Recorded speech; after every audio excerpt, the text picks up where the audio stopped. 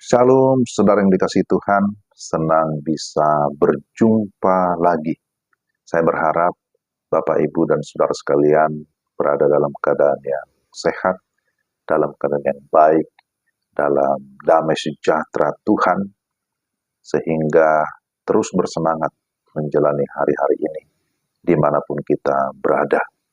Saat ini, saya sedang berada di Sumatera Utara, di Labura tepatnya, sehingga memang dalam kondisi yang masih darurat sederhana, saya berusaha untuk membuat rekaman ini dan sekiranya tetap dapat menjadi berkat bagi Bapak Ibu yang setia mengikuti setiap pengajaran ataupun renungan firman Tuhan yang biasa saya sampaikan. Hari ini saya ingin membagikan satu tema, tidak pernah dikalahkan oleh dunia ini. Ya, tidak kebetulan saya memakai baju Never Been Defeated, bahwa kita sebagai orang-orang percaya tidak pernah dikalahkan oleh dunia ini. Saya ingin membagikan satu kebenaran firman Tuhan, tapi mari kita berdoa terlebih dahulu. Tuhan, pimpinlah kami dalam pembacaan dan perenungan firman-Mu, sehingga oleh firman-Mu hati kami semakin dikuatkan, iman kami diteguhkan, untuk kami dapat menghadapi setiap persoalan di tengah-tengah dunia ini. Kami percaya dengan iman kami akan memperoleh kemenangan dalam Kristus Yesus. Amin. Firman Tuhan dari 1 Yohanes pasal 5.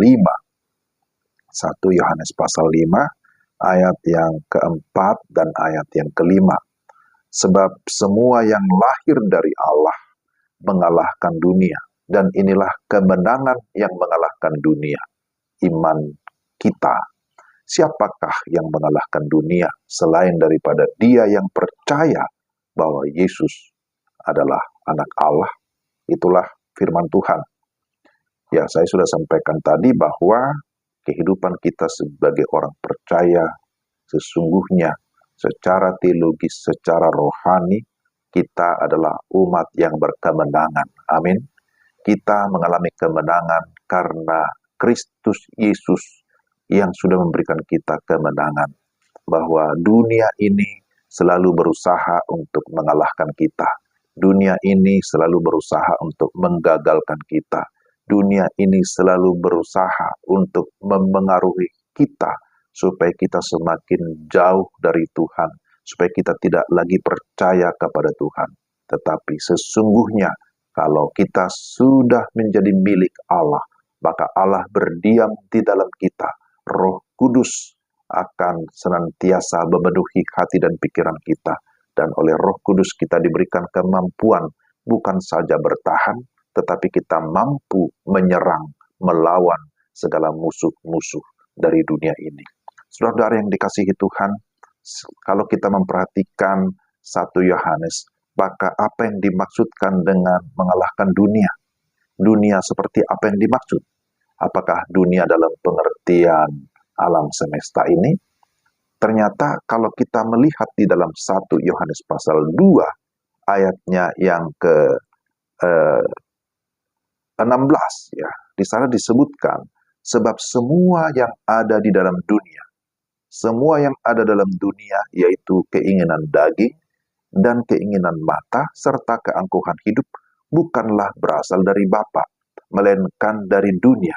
Jadi yang dimaksud dengan istilah dunia di sini menunjukkan yaitu hal-hal yang memang bukan berasal dari Bapa. Apa yang bukan berasal dari Bapa? Itulah keinginan daging, keinginan mata, dan keangkuhan hidup. Dan memang ketiga hal inilah yang merupakan kelemahan-kelemahan manusia yang bisa diperalat, yang dipakai oleh si iblis untuk menjatuhkan kita. Ketika manusia pertama Adam dan Hawa jatuh ke dalam dosa, mereka dipengaruhi iblis dengan yang namanya keinginan daging, juga keinginan mata, keangkuhan hidup. Ketiga hal ini juga yang dipakai oleh iblis untuk mencobai Yesus di padang gurun. bahwa di sana ada keinginan daging, ada keinginan mata, keangkuhan hidup. Dan pola itu terus-menerus berulang-ulang dipakai oleh iblis dengan variasi-variasi yang tentu sudah semakin modern pada saat ini. Tetapi dia berusaha, si iblis berusaha untuk mengalahkan atau melumpuhkan iman kita dengan keinginan daging, keinginan mata, keangkuhan hidup. Tetapi apa yang menjadi rahasia kemenangan kita? Jelas di sini dikatakan rahasia kemenangan kita adalah iman kita.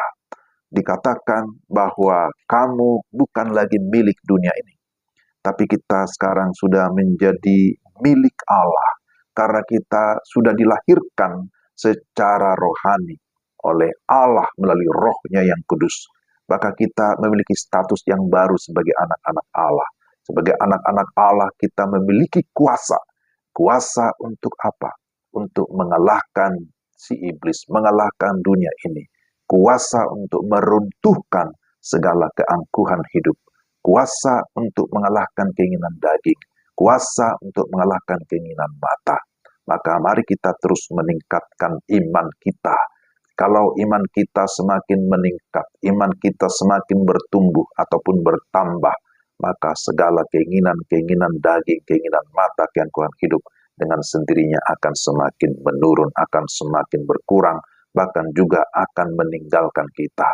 Maka mari kita semakin mendekat kepada Kristus, sumber segala kehidupan, sumber iman, maka kita akan semakin menjauh dari dosa.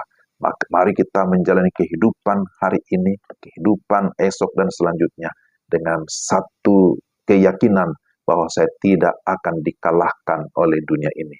Never been defeated oleh segala si setan, si iblis dunia ini dengan segala keinginannya. Tapi kita memiliki sebuah keyakinan iman, percaya bahwa di dalam Yesus kita sudah mengalami kemenangan, bukan saja kemenangan atas dosa, tapi juga kemenangan atas iblis dan maut yang membawa kita kepada kepastian keselamatan kehidupan yang kekal. Mari kita rayakan kemenangan dengan tetap hidup melakukan kehendak Allah, hidup di dalam kasih supaya kita terus bertumbuh ke arah Dia, ke arah Kristus yang sudah memberikan kita kemenangan yang sejati.